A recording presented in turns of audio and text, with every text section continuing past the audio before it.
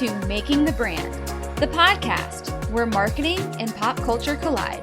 I'm your host, Brianne Fleming. I can't wait to chat about brands, boy bands, and everything in between. Because brands who have a pulse on pop culture can create adoring fans of their own. Today's episode of the Making the Brand podcast is to celebrate the iconic coming-of-age movie from 1995, the one, the only, Clueless. And who better to do that with than my friend and Clueless superfan, you might say, Julia Chesky. Welcome to the show, Julia. Thank you so much for having me. I am so excited to talk about a movie I talk about at least 1 month out of every year of my life the last 25 years. It's so relevant. And it's funny, we were just talking about how you're a podcast virgin, and you even found a way to relate that back to the Clueless quote, which I just loved.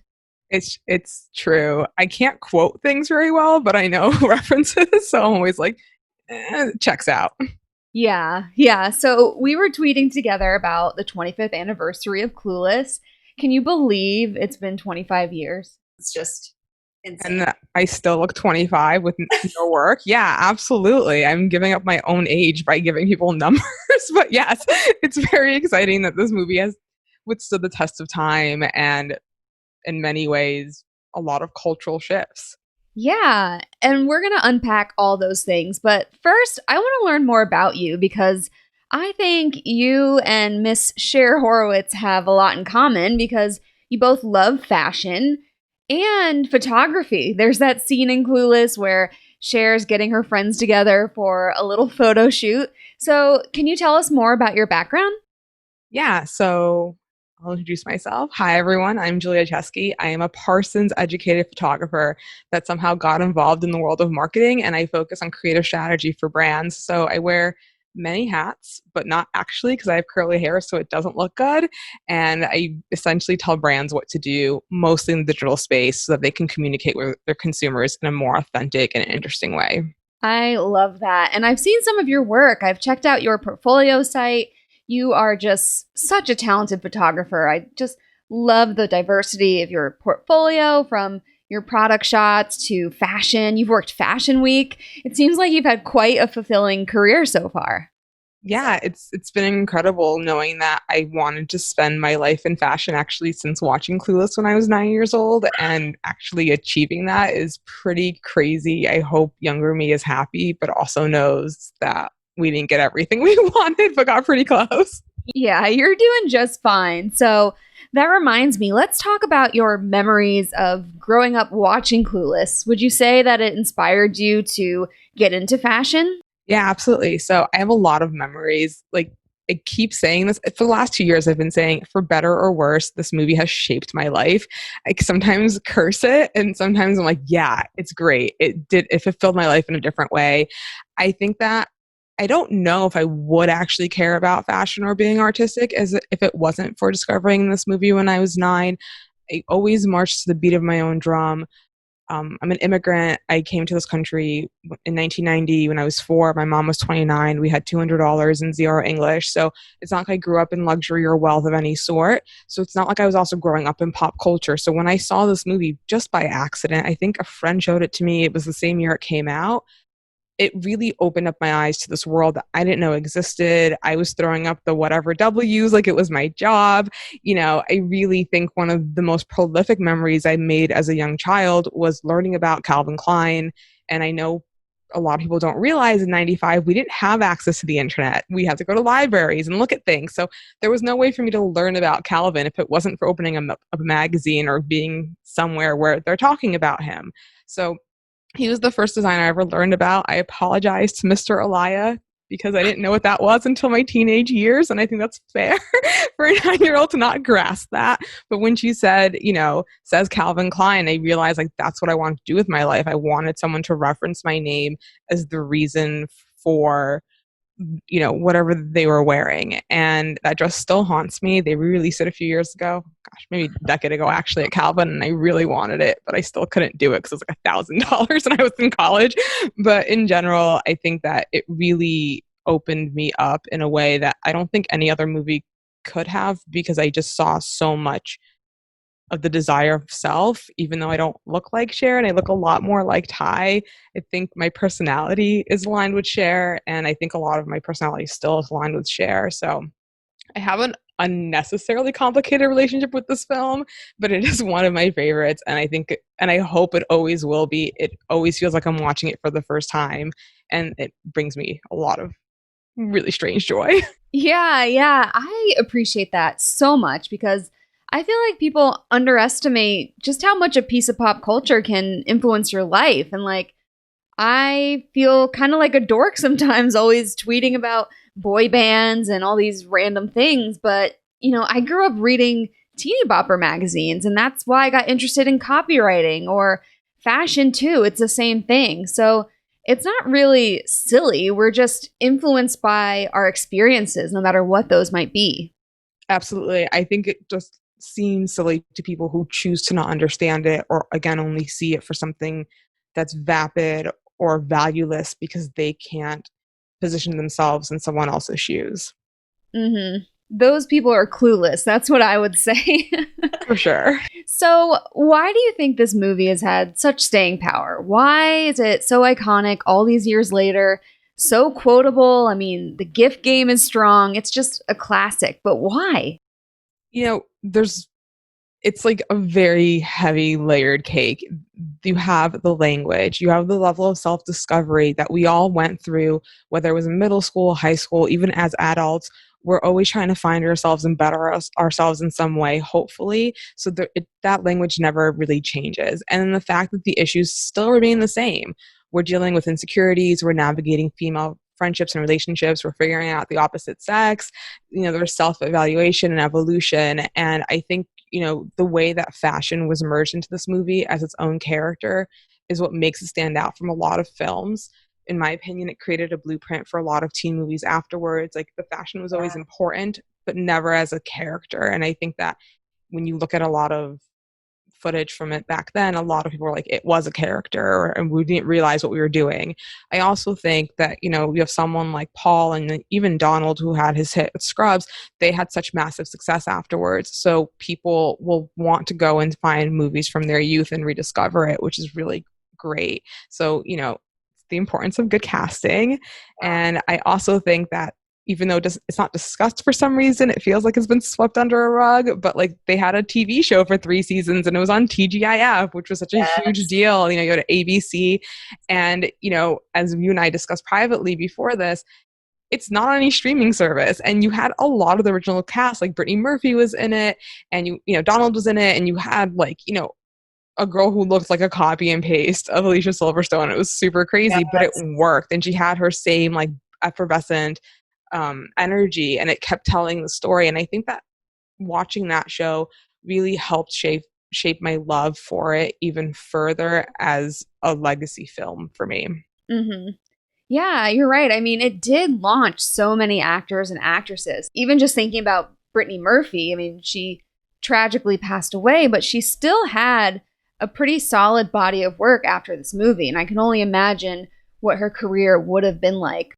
But shout out to Amy Heckerling, who is the director of Clueless. And some people might not know that Clueless is actually based on a Jane Austen novel from 1815.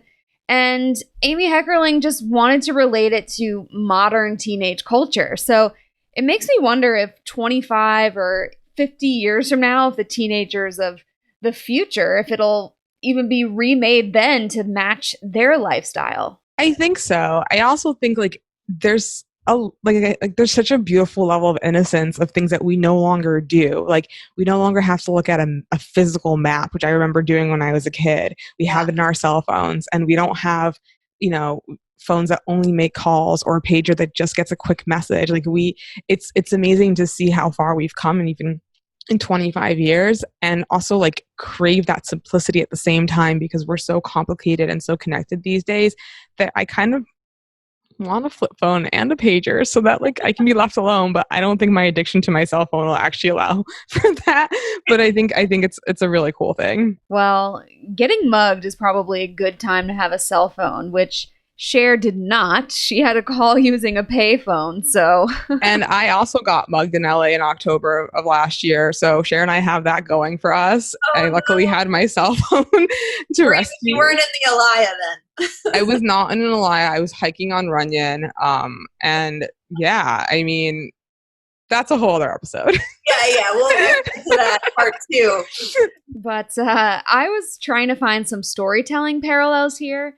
And just the fact that Amy Heckerling loosely based Clueless on Jane Austen's novel Emma, I think this reminds us that there's great stories all around us, that we can always find different ways to reinvent and make old stories new again. So maybe we'll get a reboot. I think we saw some rumors that Netflix might be doing an original, so we'll see. But let's talk about personal branding for a second, because Cher seemed to just effortlessly have her personal brand down.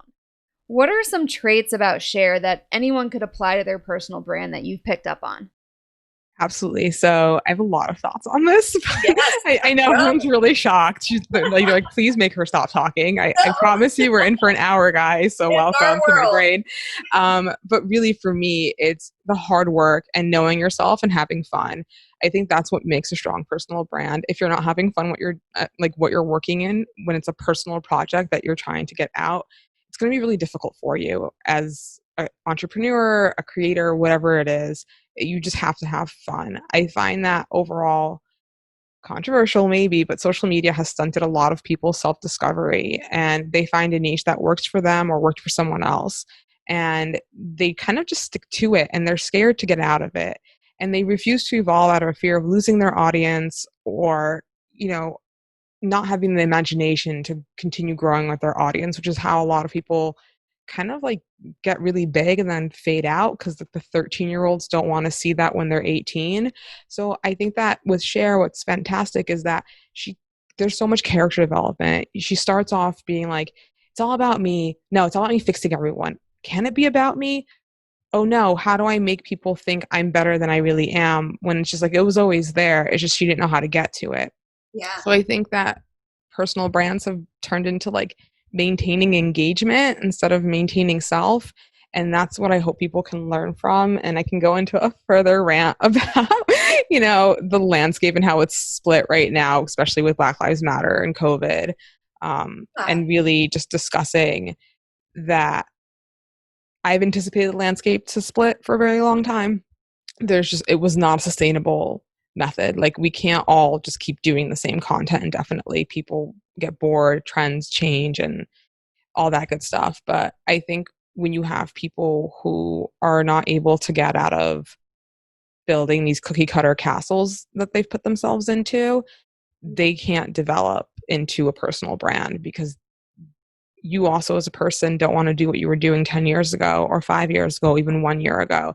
And I think, again, when you look at someone like Cher, you look at a really fast evolution over, I'm guessing, a semester of school, but the desire for growth. And I think that that's what makes a personal brand super important, is that desire for growth and exploration.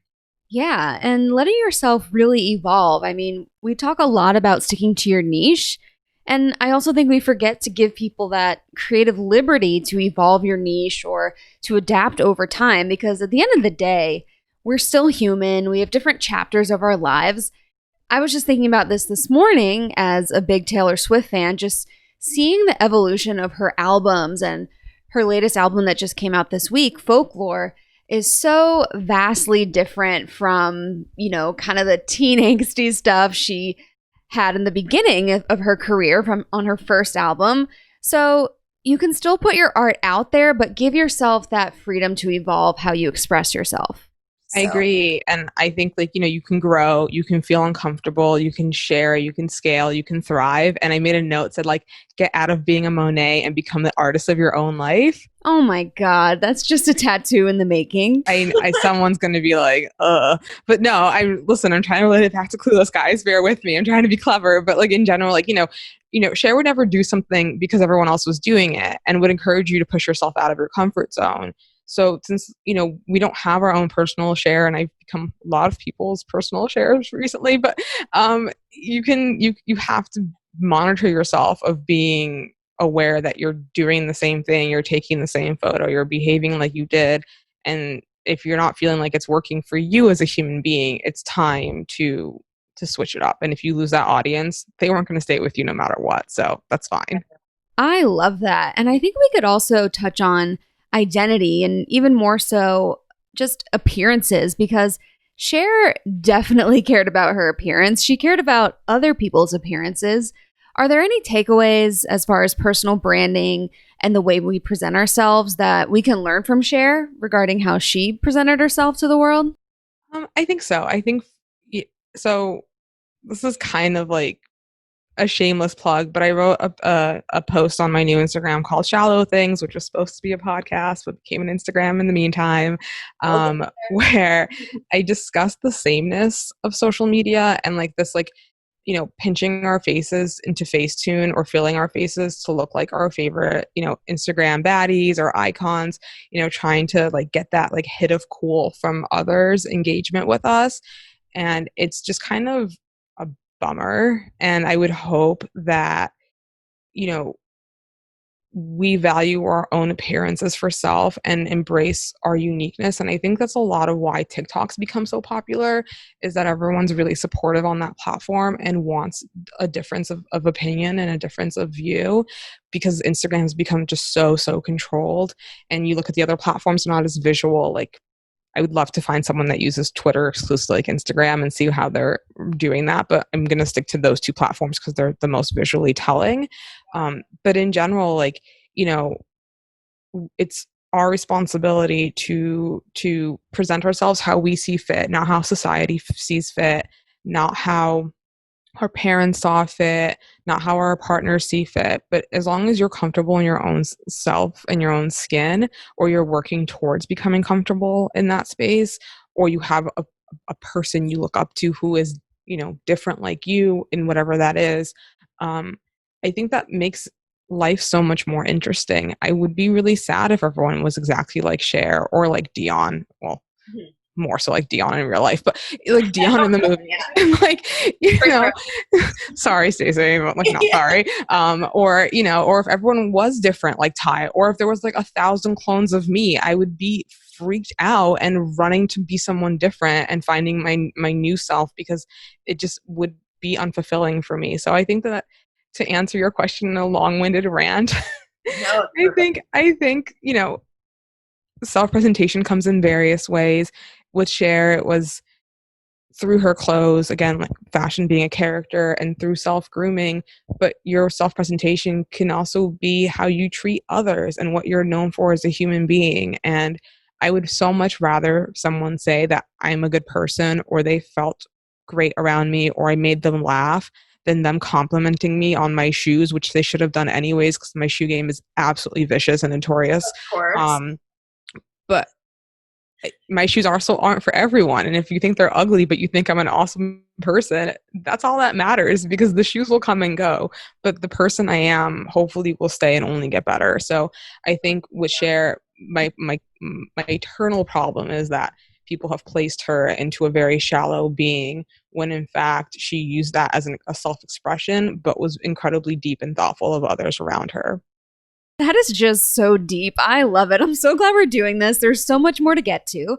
But I appreciate how you're comparing Instagram to TikTok, because just earlier today, I was on a webinar about TikTok and they were talking about why people love it. And one of the things they mentioned was that on TikTok, people just come as they are. Like, it's not as filtered and, you know, edited as Instagram, I guess you can say. And people are just dancing and being themselves. They're doing pranks.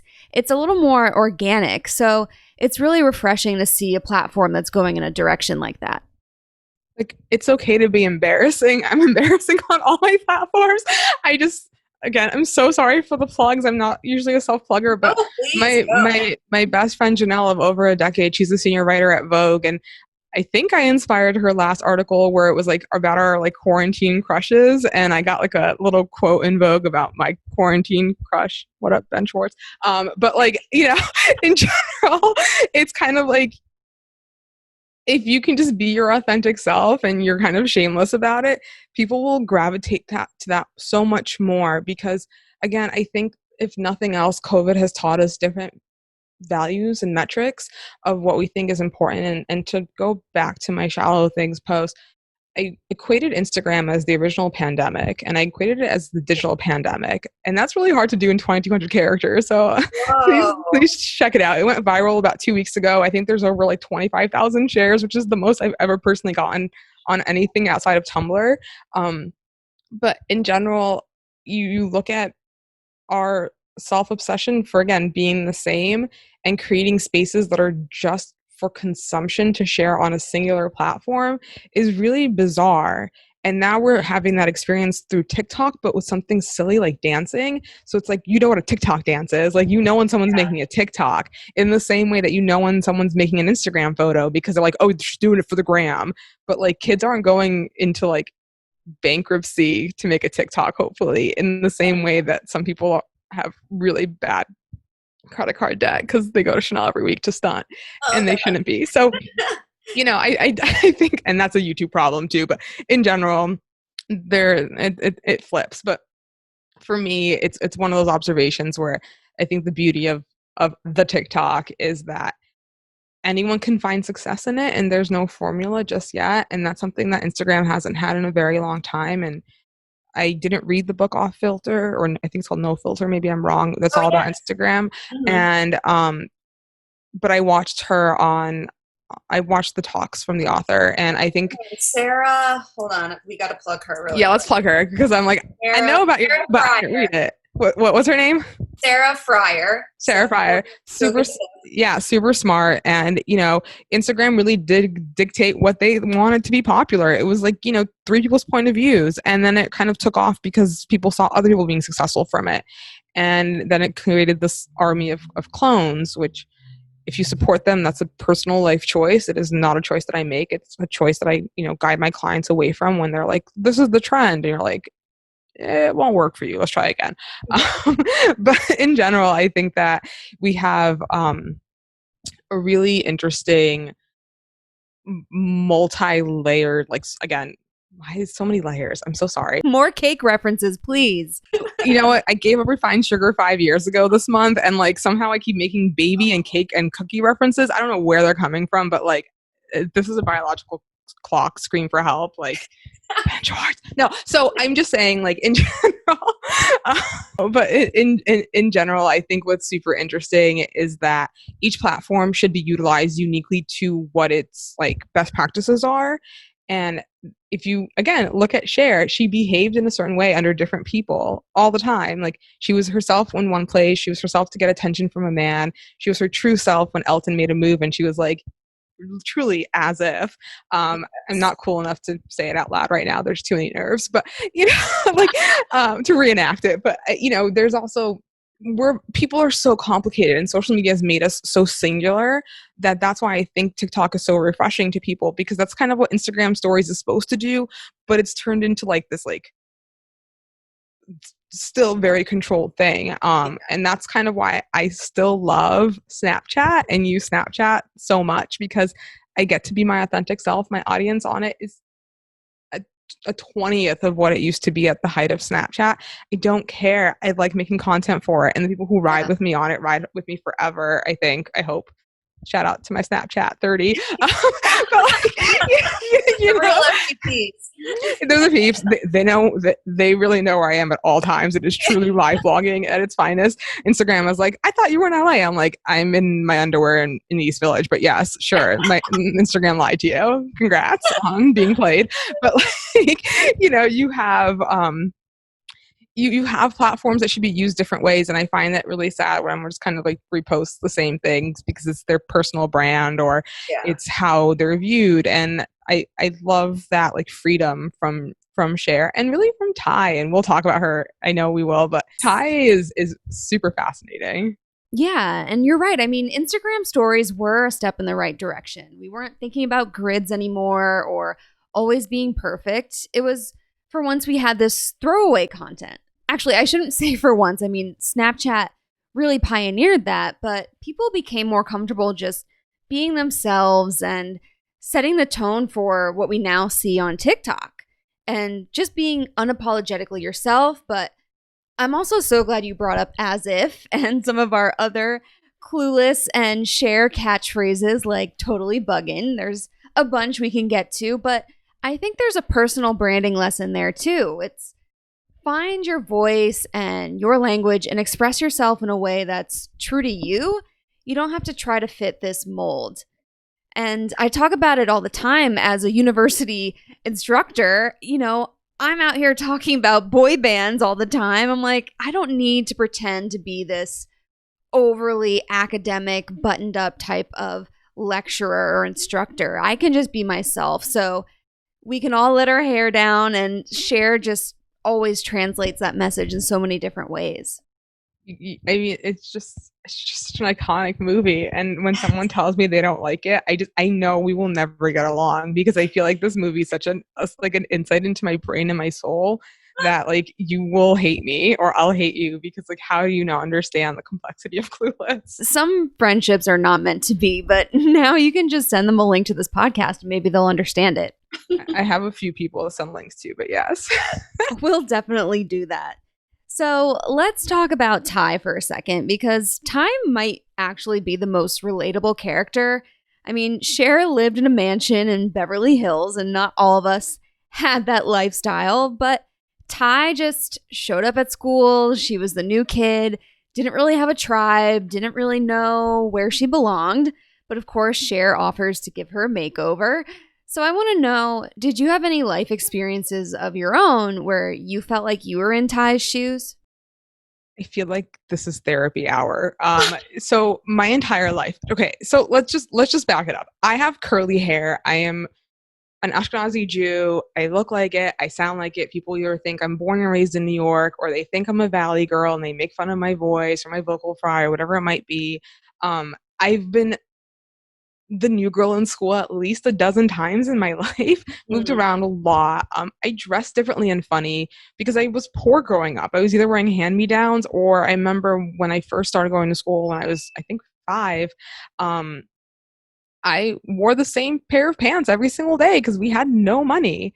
And my mom was called by the school and they were like, she's wearing the same outfit and the kids are noticing, and what's wrong with her? And she's like, I wash it every single night. It's completely clean.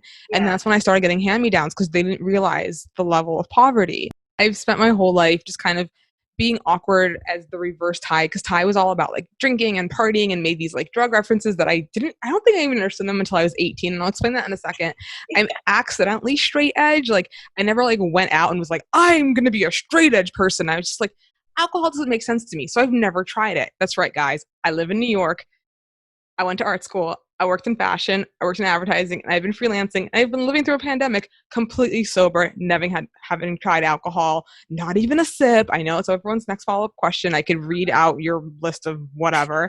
I've never tried drugs of any sort. I've never even smoked a cigarette in my life. I've just been like clean, and I don't judge anyone for it, but I get judged a lot for it. So I kind of, that's the duality that I have between Cher and Ty, where like Cher doesn't really judge you for it, but like she kind of gets judged for like not behaving in a way that people expect from her, right?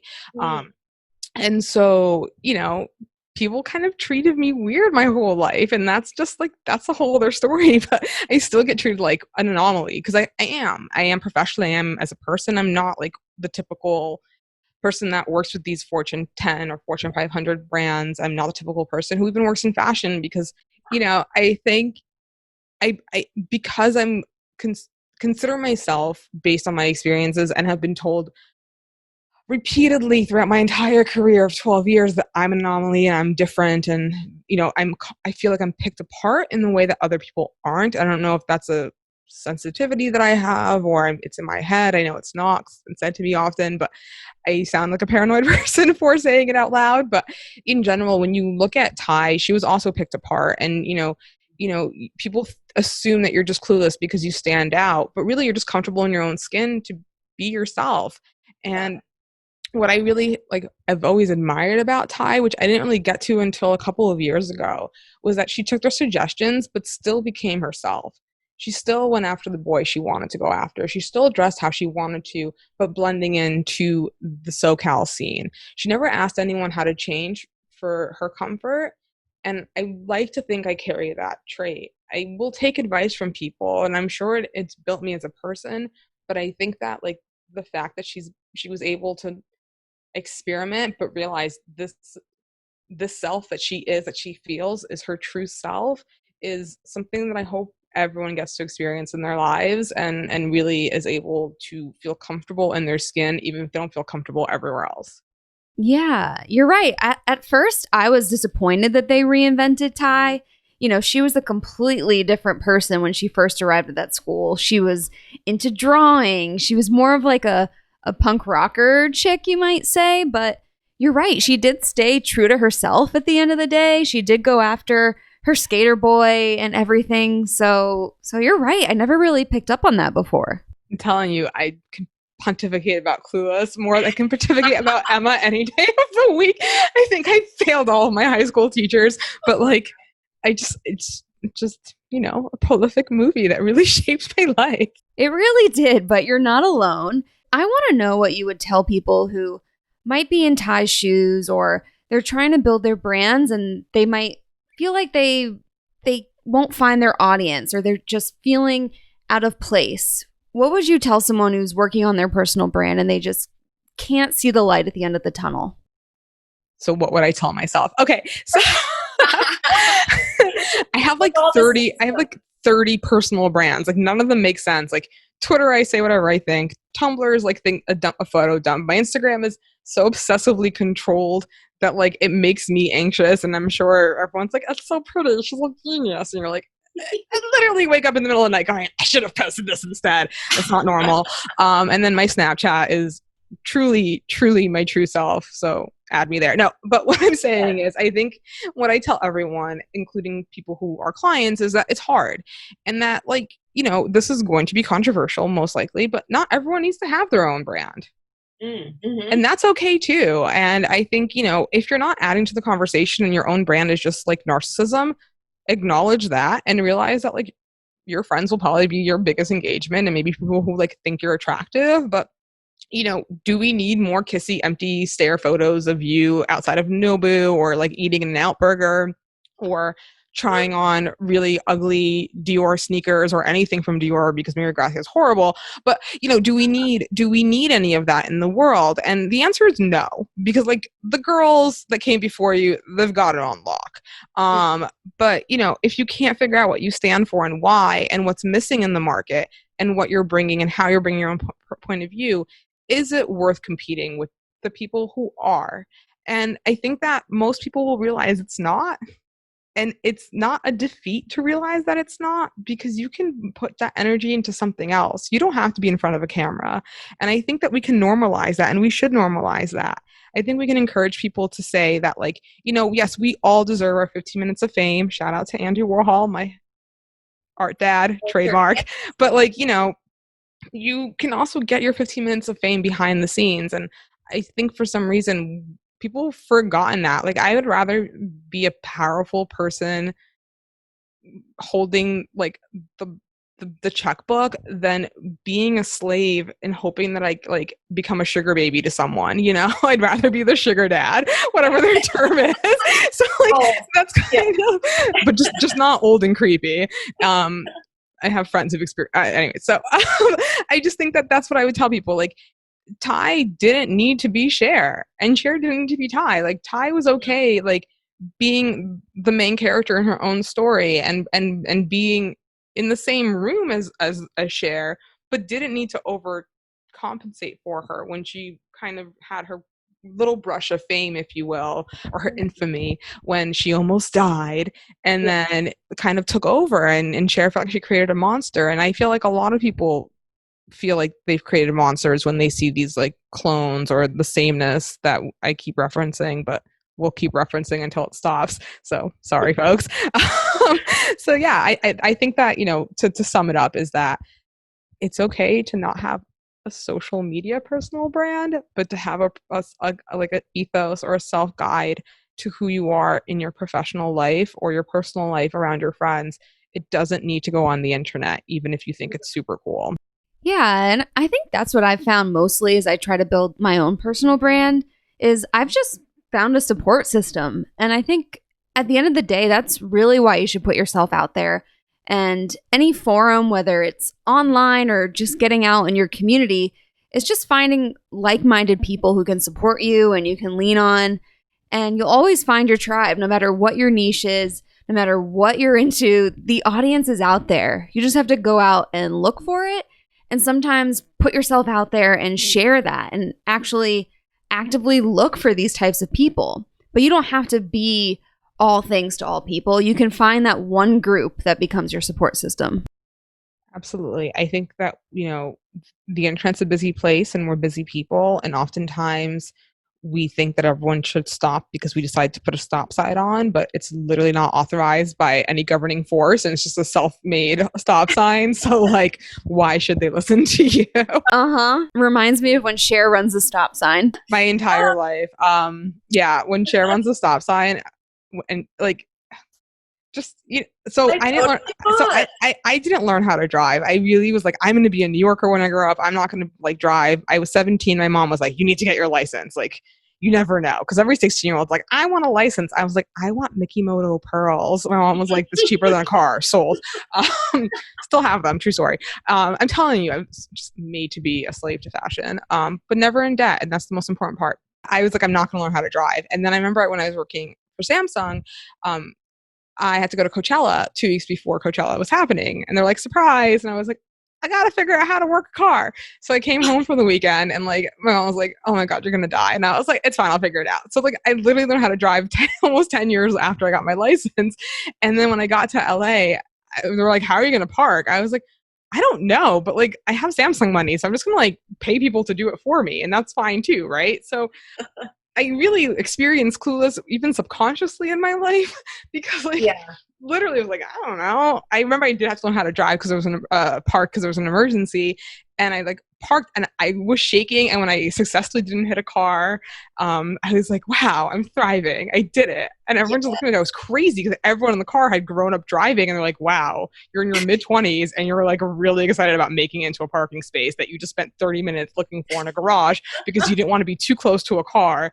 And we're like, well, if this one gets damaged, we can afford that. So like, like that's not normal either. But I guess I'm stunted in my growth in some ways too. Well, also, all this talk about cars and driving tests, it reminds me of Cher and how she failed her driving test. And I think there's a point there, too, in that it's okay to fail. I think this was one of the first times in the movie where we saw Cher at a low point, being this imperfect version of herself. And, it really is okay to fail. We're all going to fail. It's just part of the process. I fail every minute of the day as far as I'm concerned. And honestly, like, it in the movie, because I just rewatched it on the night before we recorded this, so people, I do homework. I don't just talk about things. I swear I'm fast, but like I research, I read things, I rewatch. But Cher was kind of like, I couldn't talk my way out of it, and I guess I have the gift of gab. I kind of talk my way in and out of things all the time. And when I took my driving test, I took it being like, I don't care, and I passed. And I had friends who have failed so many times, and it's all they cared about. And I was like, literally could care less about this. I'm never going to drive. Like, peace out. I'm off to be a New Yorker. So I think that like, that's what I get. I've passed once in my life, so now I fail forever. But, I think there's a really great quote that's not in Clueless, but it became a post that I made on Tumblr that has almost 1 million notes after like 7 years. But, I failed my way to success. And I think that that's super important too. It's okay to have these like nonlinear careers, these moments where like, you're like, what's all this for? And you kind of come out and you're like, I'm so glad that didn't work out because now I'm doing something even better. And I think that that's really what it came down to Cher, where it's like, she essentially strengthened her relationship and her self-worth beyond not just the material, but the pat on the back for getting your license like everyone else. Mm-hmm. Yeah, I mean, I know I can relate to that since leaving the corporate world and starting my own business and consulting. I've had days where I'm waking up like you said, what is all this for? What am I even doing? I need to go get a real job. But, it all falls into place if you let it. Still waiting on that. Falling into place for me. It'll happen. I mean, I'm a constant work in progress too, but we're really lucky because we're celebrating the 25th anniversary. So all these awesome throwback Clueless clips and interviews have been all over the internet and Twitter. And you and I were recently watching this clip, obviously from 1995, that MTV did. And they were interviewing Alicia Silverstone. And when she was talking about the plot, she was saying, and I quote, all this makeup and this facade we all put on and all this behavior, it's crap. It's just not real. And I know you touched on this a little bit, but do you feel like there's a sense of truth to this on social media? I mean, yeah. Look, we all know this, especially if you work in it. It's a facade. It's a limited look of your life, unless you're someone like me who has endless energy to keep creating content and maybe verbal diarrhea that should probably get diagnosed with something else. And you have to really give credit to social media of like making us all live in glass houses and not realize it. And everyone thinks that they're somehow special because, they have 1 million followers or they have 20 million followers or a brand gave them money. But at the end of the day, it's a business and you just climbed a different form of a corporate ladder than what we're all used to. And I think that's a facade that no one seems to really acknowledge. I think there's also a negativity behind facade, and I don't always think it's a bad thing. Me being like a pragmatic, bubbly person who would rather tell you about Prada than talk about something sad is not like because I can't talk about what's sad. It's because we talk about the sad things all the time, and I feel like it's my due diligence to remix it and do something else with it. And so that doesn't make me less than someone else, and doesn't mean I'm putting up a facade. It means I'm channeling my energy towards something else. So don't think that you're a facade because you're wearing makeup or because you're not wearing makeup. I don't think one's better than the other. I think that really the word could kind of use like a rebrand like Clueless did, in that interview that you shared on your feed, where it's not really, it shouldn't be seen as an insult unless you're using a facade in a negative way. And I think a lot of people's facades are really just because we're taught to be politically correct or politeness.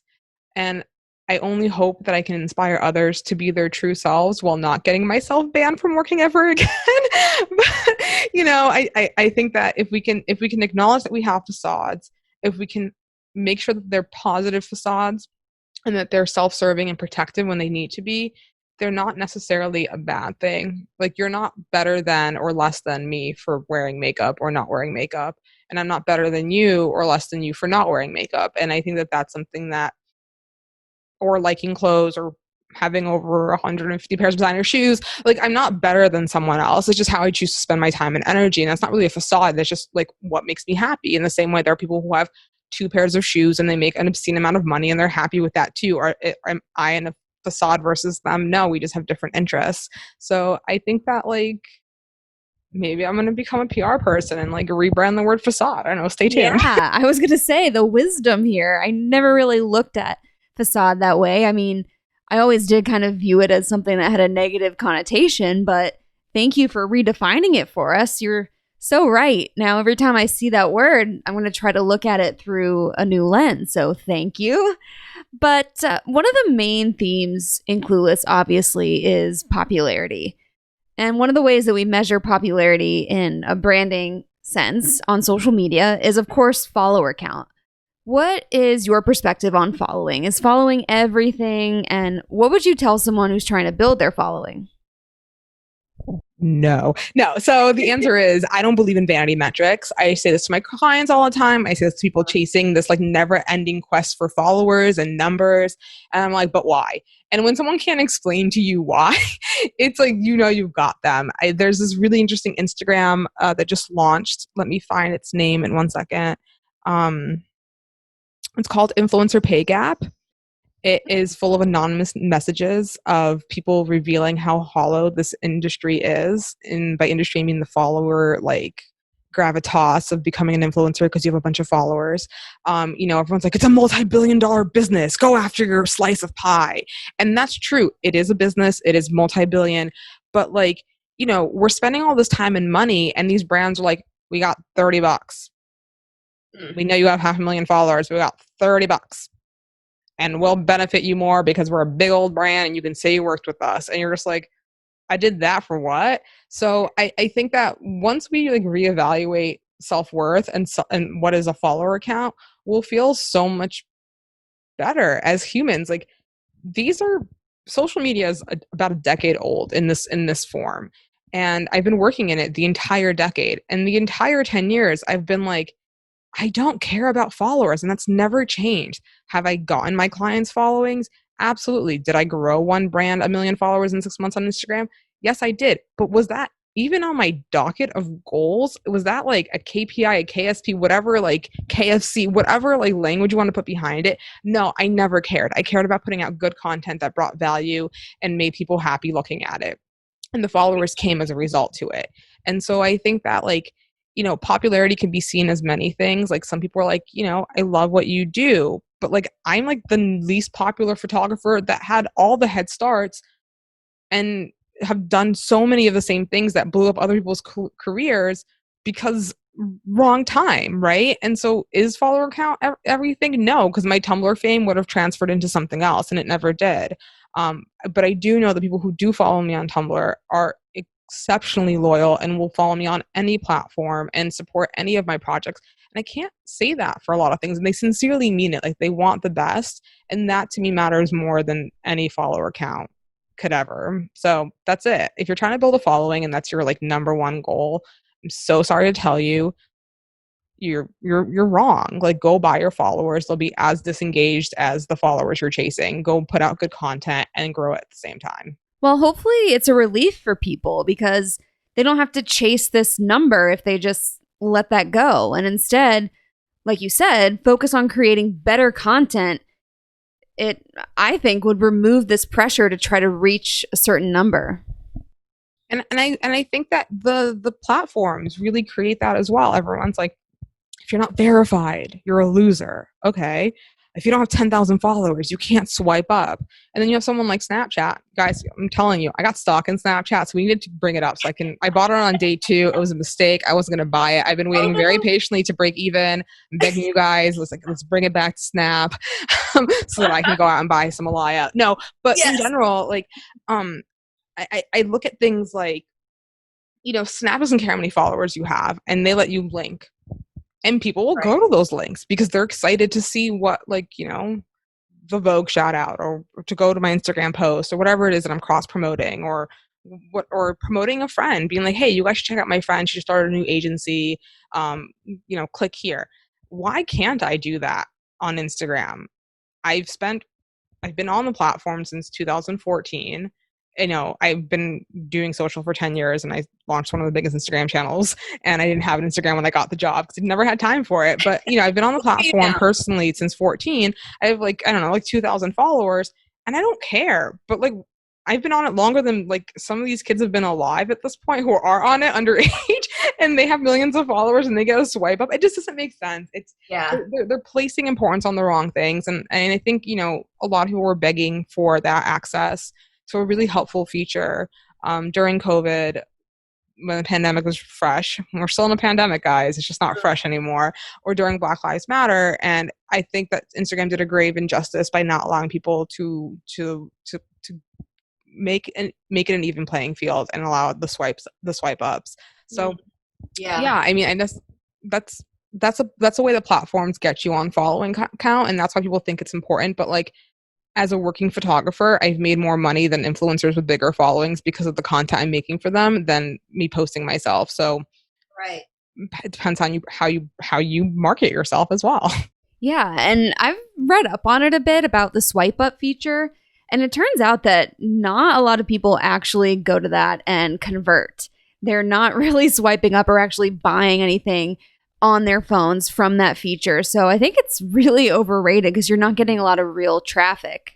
I agree with you. I have a client who is like, when we get shoppable, everyone's going to buy it. I was like, listen, here are the stats. If you get 1% of your audience to click on it, which is normal, maybe 0.5% of that 1% is going to buy it. So if you have like 10,000 followers and 100 people click on it, you'll be lucky if like really 5 people buy that. Yeah. And they're like, there's no way. And I'm like, as someone who worked on an account with 69 million followers, when I found out how much money they were making per post through Shoppable, my jaw fell to the floor. And I was really shocked at how low that number was. And I'm like, really, the grass is not even existent on the other side. Like, we're always like, the grass seems green. There is no grass. It's all like, people are using social media to be entertained and maybe buy. That's why ads are working for some people when done correctly. So I say, make it even, let everyone have the same tools, then let's see who thrives off of it. Because I promise you, I could probably sell something a lot faster than someone with 20,000 followers, because for me to co-sign something publicly is a very big deal. Mm-hmm. And people know that. Well, it sounds like you've had a very fulfilling career with your clients and building their brands on these platforms and in your role as a photographer. But I want to know, did you have any other bumps along the way, things that you learned that would be helpful to share with other aspiring photographers or creatives, or really just anyone that's trying to put themselves out there a bit more? Much time do we have? I have a lot of bumps. I've had a lot of bumps. Today I had bumps. Like, when you're listening to this, I most likely woke up and had bumps. Like, there is never not a bump. Like, I don't have, like, if you've ever been to Iceland, they have a road called F roads, which is like, they're really rocky roads. My whole life is an F road. There is no pavement. There's just rocks. Like, put me in a Range Rover and like, let me go at this point, because I just want to be in a Tesla, but like, no one's letting me just cruise. Like, Elon, just let me cruise. Yes. Still regret not buying that stock, but that's another rant for another day. So I think, for me, a bump I still have, and more so as someone who graduated into the recession, who is now dealing with this world, because why would my life ever be easy? But I really do wish I would share. But like, in general, I don't know what to charge people. And I don't think I'm alone in this, because anyone that you talk to as a creative doesn't know what to charge. And then when we talk about what we're charging, we realize that we're undercutting ourselves, which then undercuts the industry. It undercuts people in the future that want to work with that client. And guess what, guys? It will come back to you, and then you're going to undercut yourself too. So what I wish that people would learn about bumps, whatever it is if you can find people who are doing what you're doing or want to be doing, ask them, hey, well, first of all, develop a friendship. Don't just be like, hey, how much money do you make? Because I can probably get away with that because like I have a je ne sais quoi, but like you most likely can't. So, once you develop a rapport, if you will, you don't be besties. Like, there's no wedding invites, and I say no to 99% of weddings, so don't worry about that. That's not personal. That's just called I'd rather buy shoes. You reach out to them and ask them, like, what would you charge for this kind of job? And you might not have the same branding or experience, but it gives you a bracket. Because what happens, and what I'm dealing with 12 years after graduating, is I'm still being asked to do $500 jobs with like a lot of like, you should be grateful for this attitude. And recently I had someone who like asked me for a budget. I gave them a really fair rate. I was like, I don't know if this is COVID fair, but I know this is way fair and this is below normal rates, and like, hopefully you guys understand it. But they ended up getting someone for like $600 to take 30 photos, multiple days of production, prop styling. They were hand modeling themselves. And guys, that's a body part people get paid for. Hand modeling, it's a business. It's modeling, retouching, unlimited usage. There's no credit to them anywhere, so no one's going to find you and give you more work for $500. And I always say this to people: we didn't become commercial artists to make less than minimum wage. My education, and I've been saying this since 2008, was $200,000. Yeah. That's what Parsons cost me. And by me, I mean my very generous mother. And I'm open about it. And I'm very grateful to not have debt, but I'm an anomaly as well. Most people have debt. And to think that my equipment should be $5,000, my rent should be $3,000, and I also have to have a $3,500 computer, and then a desktop, and then these lenses and these lights, and then you're not paying for any of that, and I have to work for $500. That's a bump, and that's a huge bump that we need to get over. And I know it's not just photo. I know it's for artists. I know it's for wordsmiths, the copywriters of the group. I know it's for production.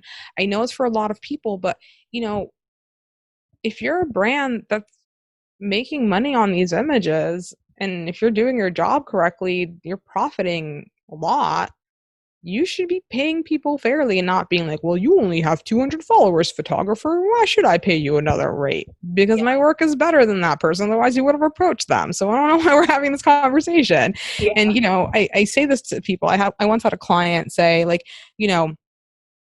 our last photographer only charged us $3 to retouch a photo. And I looked at them and I was like, well, just telling you professionally, as someone who's been playing in Photoshop since 2001, that photo wasn't retouched. So you got exactly what you paid for. Mm-hmm. And they were just like clutching their pearls. And then I threw on my Makeover pearls and was like, no one should ever tell a brand, and this is my advice, never say the word $5. Anything under $100 is probably too low. And again, if you're just starting out, you're going to not be $3,000, $5,000, $7,000. That's understandable if you're starting out. But when you come to someone that has the experience, that has the breadth of clients that are either your direct competitors or people that you admire, it's very insulting and it's very difficult to have these conversations. Today, I had someone reach out to me. This is my bump of the day, and you can edit this out if it's too long, but I had someone reach out who I took a photo for at an event, and she loved it. And I'm very grateful that she remembered to reach out to me. And she's like, listen, this company I'm working with really wants to use this photo for press and maybe like advertising. Can you send me a high res? And I'm like, listen, if it was for you, I would just be like, absolutely, it's for you, but it's for a company. Should be a licensing fee.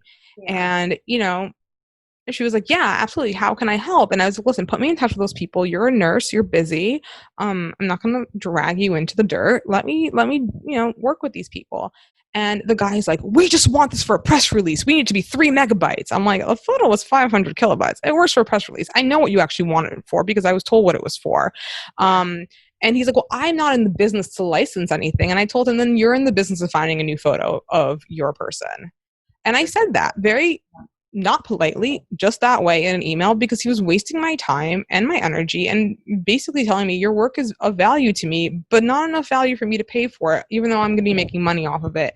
And the woman texted me and was like, it's so weird how before they were like saying the photo wasn't high quality enough, but now they're asking me to take a selfie on my iPhone and I don't really understand photography. Can you explain what happened? And I told her and she was mortified, so that's what I'm saying. Like, I deal with these bumps no matter how far I've been in my career. I will probably deal with them forever. I won't even get into the strategy bumps because they're even more bumpy.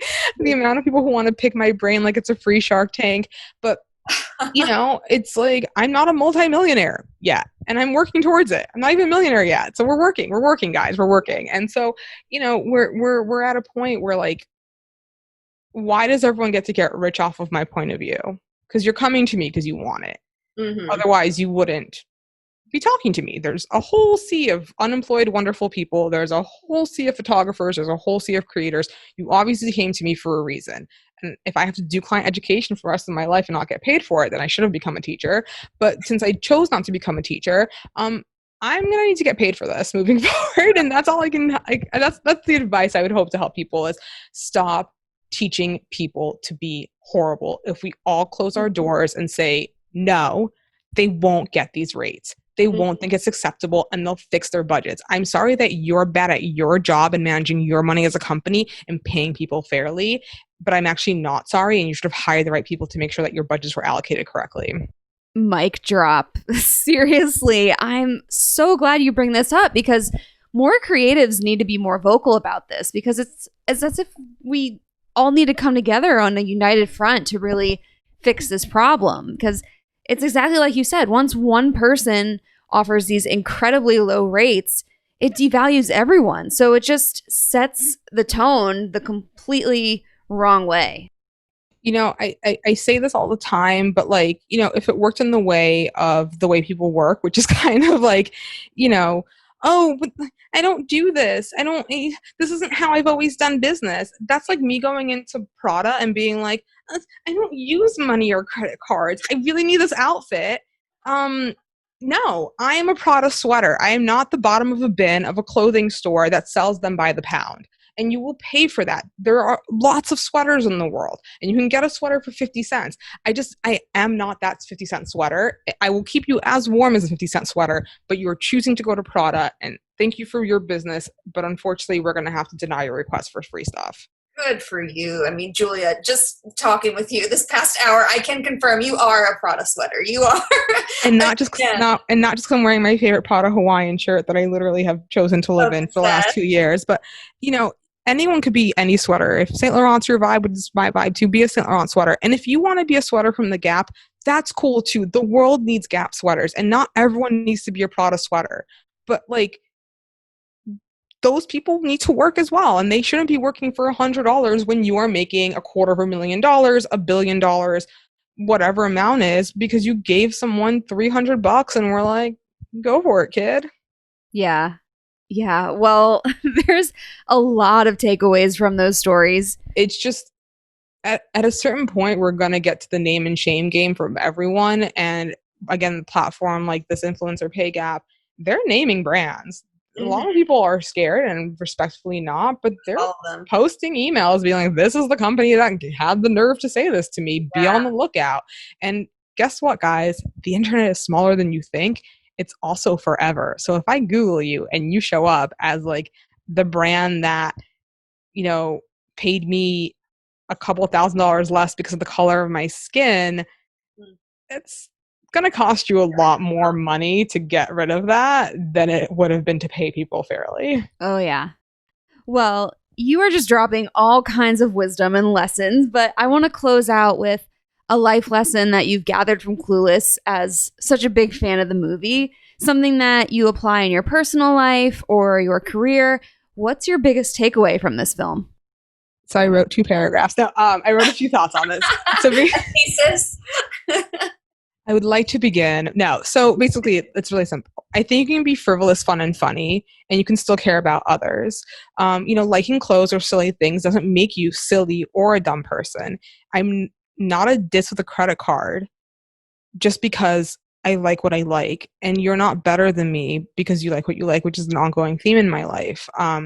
And if all you can gather from me is that I'm a diss with a credit card, I feel really sorry for you because you're missing out on me as a person. Throughout my career, I've had usually male colleagues tell me, you should go back to fashion. Don't you think you'd just be happier in fashion? No, because fashion doesn't pay and I like money. That's why I'm in this. And I think I have a different point of view than the rest of you. Otherwise, I wouldn't be hired to do my job now, right? Okay, moving on. So I think that, you know, if we can live by one specific sentence from Clueless, these are the words that I live by, mainly because I'm a shoe addict, but we can talk about them on another podcast, maybe one day, if I'm ever invited to talk to anyone again, where Cher says, you see how picky I am about my shoes, and they only go on my feet. And that's really the way I carry throughout my life with anything and anyone I let in.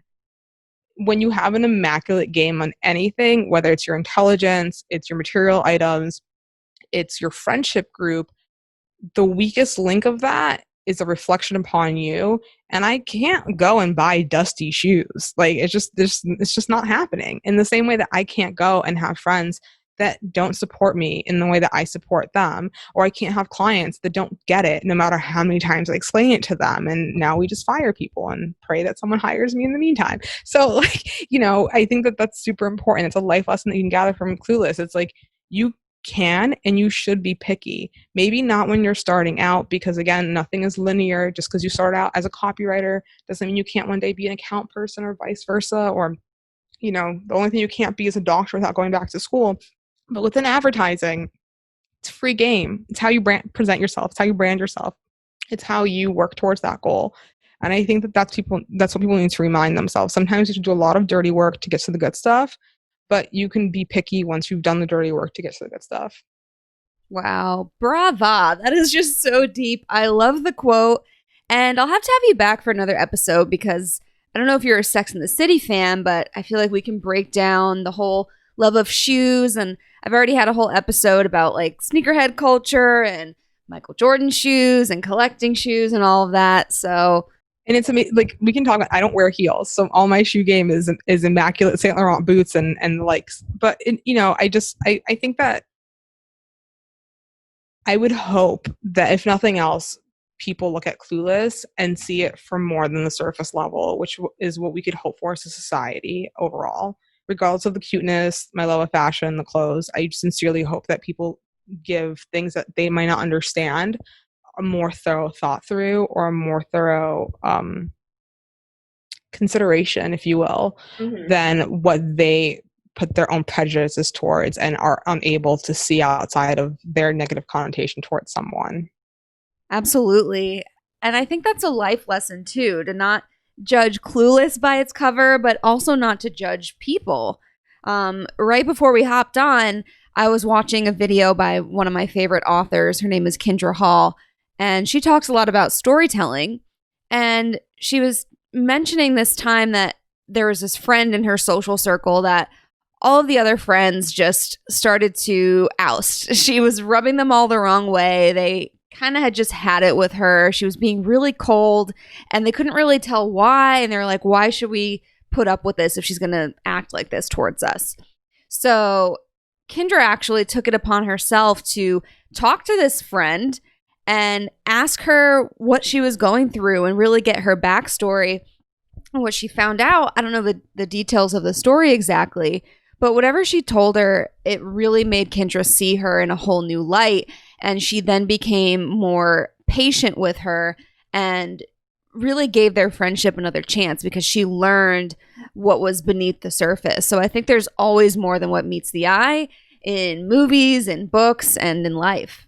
Absolutely. I think if we can all just be more open-minded and accepting of others and less political in the sense of office politics, we get a lot more work done, and we'd probably be happier people for it. And, you know, when you're hired as an expert for something, or you're hiring someone to be an expert, please listen to them, because you hired them for a reason.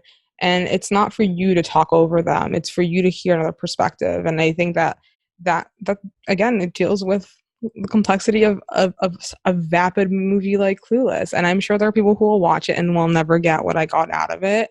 And that's fine too. I'm not saying that you have to see what I see, but take into consideration that maybe there's a little bit more than we're used to, than we thought. Yes. Well, that being said, Clueless is on Netflix until August 31st. So if you're listening, everyone go and give it another watch. I think you'll see it in a whole new light this time, thanks to you, Julia. Thank you so much for coming on. I know you're a huge fan of this movie, and I knew we had to do this, and I'm so glad we made it happen. Thank you. Thank you for inviting me to do my first podcast. Wow. Thank you for inviting me to do my first podcast.